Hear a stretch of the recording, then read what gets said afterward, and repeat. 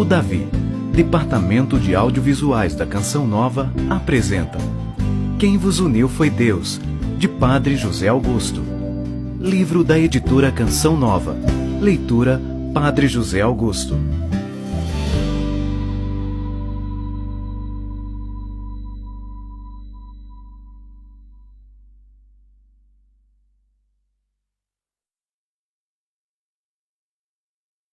Ficamos muito felizes por termos sido escolhidos para escrever o prefácio deste livro. Primeiro porque o autor, Padre José Augusto, foi quem nos acompanhou e formou desde o namoro até o casamento. Foi Deus quem o colocou em nossas vidas como um grande amigo, irmão, padrinho de casamento e padrinho do nosso filho Isaque. Segundo, porque fomos o primeiro casal com quem conviveu durante 2 anos e meio depois de ordenado sacerdote em São Gonçalo dos Campos, Bahia. Talvez você esteja perguntando, por que um padre escreveu um livro para casais? Para falar sobre este assunto é preciso experiência e ele não é casado. Bom, é justamente por esse motivo que testemunhamos a você que assim como aprendemos muito com a santidade do Padre José Augusto, ele também aprendeu sobre a vida de casal conosco e com muitos outros casais da comunidade. Aí está a grande riqueza da Canção Nova, a convivência entre diferentes estados de vida. Sempre partilhamos tudo com ele, e como foi o nosso coordenador de missão, era a quem recorríamos em todas as decisões e passos importantes do nosso relacionamento. Também, quando nos preparávamos para o casamento, ele nos orientou sobre coisas bem práticas: exames pré-nupciais, planejamento familiar, métodos naturais, cursos para noivos e etc. Um fato marcante aconteceu nos 3 primeiros meses de gravidez da minha esposa, período em que passou muito mal. Várias vezes internada, ficou em repouso, sem condições de atuar na missão.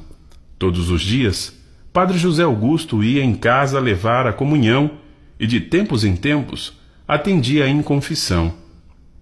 A Tânia sofreu muito, emagreceu, ficou depressiva por não poder sair em missão, e o padre foi à presença de Jesus em nosso lar. Um dia, na confissão, chorando, Tânia confidenciou que não sentia feliz por estar grávida. Era como se estivesse doente e pedia perdão a Deus, pois não aguentava mais ficar em casa. Com uma palavra de sabedoria, o padre lhe disse: Tânia, o Rubens e eu saímos em missão para salvar almas. Você fica em casa para realizar uma missão ainda mais sublime e que só você pode fazer: gerar uma alma. A partir deste dia, ela foi melhorando e teve gravidez saudável e feliz. Tendo por base essas e tantas outras experiências vividas em nosso relacionamento com o Padre José Augusto, é que recomendamos esta leitura. Em cada página você irá se surpreender. Mas como o Padre José Augusto pode falar da minha vida, do meu relacionamento, se não me conhece?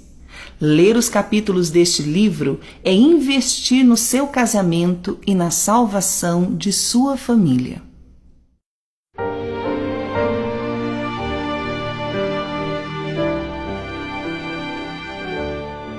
Deixarão a casa paterna e se unirão. Certo dia, estando na casa de Maria, onde costumo atender as pessoas, fui visitado por um casal muito jovem que passava por uma crise e desejava a separação. Pedi que sentassem e comecei a ouvi-los atentamente para saber o motivo da separação. Um após o outro começou a narrar a situação em que viviam. Na verdade, o problema não estava nos dois, mas sim na sogra. Não quero aqui falar mal da sogra. Ressalto apenas que aquilo que poderia ser bom torna-se um mal-estar muito grande na vida do casal. Vou dar um nome fictício ao casal para facilitar a compreensão. Fernanda resolveu casar-se com Pedro com a condição de continuar morando com sua mãe. Pedro não viu nada de anormal nisso e aceitou. Depois de casados, ele começou a observar que Fernanda vivia numa dependência muito grande de sua mãe e obedecia mais à mãe do que a Pedro. A mãe de Fernanda, por ser muito boa, e mãe é mãe, queria o melhor para a sua filha, e esta, querendo agradá-la, fazia tudo o que ela lhe pedia. Note que não era por maldade. Fernanda não havia observado que o cordão umbilical ainda não tinha sido cortado. Pedro suportou por muito tempo, mas quando veio o primeiro filho, a situação piorou. A sogra, como toda boa sogra, queria educar o neto, achando, sem maldade nenhuma, que sua filha não tinha condições de cuidar do próprio filho. Todas as vezes que Pedro chamava a atenção do seu filho, a sogra tomava partido do menino, e Fernanda, por amor à sua mãe, dava-lhe razão. Pedro muitas vezes tentou conversar com Fernanda, mas ela era irredutível em dizer que ele é que precisava compreender a sogra e que não queria ver a sua mãe triste ou doente. As confusões foram aumentando. Pedro sentiu-se só e aconteceu o pior. Pedro traiu Fernanda e quis a separação. Depois de muito tempo de conversa, falei para esse casal: sabe o que aconteceu com vocês? Simplesmente não cumpriram o que nosso Senhor pediu para todos aqueles que são chamados a viver o sacramento do matrimônio. Veja bem, no livro do Gênesis, capítulo 2, versículo 24, Deus fala o seguinte: por isso, o homem deixa seu pai e sua mãe para se unir à sua mulher. Quando Deus diz que o homem e a mulher deixam seus pais, é justamente para que não aconteçam essas coisas. O casal precisa ter o seu lugar, a sua casa para recomeçar a vida. Ninguém pode interferir na vida dos dois. Os dois precisam aprender a se conhecer no diálogo, nos gostos, no temperamento, na intimidade. Por isso, ninguém pode atrapalhá-los, nem a mãe e nem o pai. O cordão umbilical é cortado no altar. No dia do casamento, o pai da noiva trouxe-a e entregou-a nas mãos do noivo. Na verdade, é como se ele dissesse: de hoje em diante, você está livre para formar sua família, minha filha. Deus te abençoe. Houve uma entrega. Não pode mais haver dependência nenhuma dos pais. Por melhor que seja o sogro ou a sogra, o casal deve estar na sua própria casa. Talvez você possa até conhecer um casal que vive bem com a sogra. Claro que existe, mas é necessário ter cuidado e seguir o que o Senhor disse. Por isso, o homem deixa seu pai e sua mãe para se unir à sua mulher. Jesus retoma no Evangelho de São Marcos, capítulo 10, versículo 7, e no Evangelho de São Mateus, capítulo 19, versículo 15, a tamanha importância de se viver esse mandamento. Quero que fique claro: o problema não está na sogra ou no sogro. Eles têm boa intenção, mas é preciso cumprir o que Deus pede. Deixar os pais não é um mal, mas um grande bem, tanto para um como para o outro. Pedro e Fernanda compreenderam o que eu havia lhes falado. Graças a Deus, foram para casa em paz. A tormenta dissipou-se e o pensamento que eles tinham de se separar desapareceu. O demônio, como é traiçoeiro, tem levado muitos casais à separação pelo fato de estarem no lugar errado. É preciso estar no lugar onde Deus quer. Estando o casal em casa, na intimidade, o sogro e a sogra devem visitá-lo e aconselhá-lo. O casal deve fazer a mesma coisa visitando seus pais. Mas a vida, a educação dos filhos são um aprendizado que os dois vão conquistando diariamente. O resto, nosso Senhor faz. Se o seu problema assemelha-se a esse, faça o que Jesus lhe ensinou.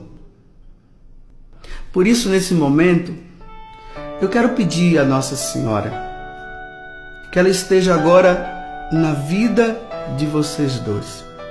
Que ela venha com o manto dela para cobri-los, derramando todas as graças necessárias para vocês viverem na perseverança. Virgem Maria, apresento-te as pessoas que estão passando por esta crise. Ajuda-as a perseverar sem nunca desanimar. Jesus, coloca os casais sob a proteção do teu sangue, para que teu inimigo não venha destruir o que o Senhor uniu.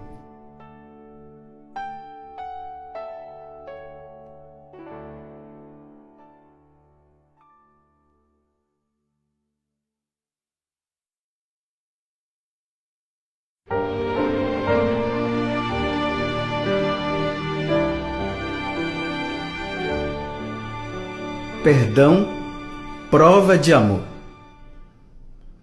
A presença de Deus no relacionamento conjugal não é importante apenas por causa da vida espiritual do casal, mas porque é fonte inesgotável do verdadeiro amor e do perdão. A partir destes sentimentos, compreende-se as fraquezas da pessoa amada e consegue-se viver bem um relacionamento que talvez acabasse rapidamente. O perdão e a reconciliação reduzem as chances de divórcio, santificam o casal e aumentam o amor mútuo. Uma vida bem estruturada materialmente é importante, mas não se sustenta sem a vivência cotidiana do amor irmanado de Deus. Por isso eu quero trazer agora para você os 10 mandamentos do casal. Primeiro, nunca irritar-se ao mesmo tempo. Segundo, nunca gritar um com o outro. Terceiro, se alguém deve ganhar numa discussão, deixar que seja o outro. O quarto, se for inevitável repreender, fazê-lo com amor. Quinto, nunca jogar no rosto do outro os erros do passado. Sexto, a displicência com qualquer pessoa é tolerável, menos com o cônjuge. Sétimo, nunca ir dormir sem ter chegado a um acordo. Oitavo, pelo menos uma vez ao dia, dizer ao outro uma palavra carinhosa. Nono, cometendo um erro, saber admiti-lo e pedir desculpas. Décimo, quando um não quer, dois não brigam. Interessante que na carta aos Colossenses, capítulo 2, versículo 13, Paulo faz essa exortação. Mortos pelos vossos pecados e pela incircuncisão da vossa carne, chamou-vos novamente à vida em companhia com Ele. É Ele que nos perdoou todos os pecados. Muitos casamentos estão em crise porque a esposa reza pela conversão do esposo, mas quando este entra no processo de conversão e começa a entusiasmar-se, ela sente ciúme. Também existem maridos que rezam por suas esposas e acontece o mesmo. Mas quando passam por um pequeno desentendimento, jogam na cara um do outro os erros cometidos no passado. Se não tem argumentos, calem-se. O verdadeiro perdão não relembra o que já passou. Hoje, independentemente do que já fizeram algum dia, vocês são de Deus. Vingança traz mais decepções e frustrações do que a aceitação do problema e a reconciliação. Desmantelar sua família, separar filhos e pais, provocar traumas e causar marcas doloridas no coração dos familiares é tão errado quanto adulterar. O Senhor pede o perdão 70 vezes 7. Perdoar é um ato de vontade. vontade de amar profundamente como se gostaria de ser amado. A ausência do perdão gera rancor, ressentimento, e isso pode nos arrancar o céu, nos fazer até perder a eternidade.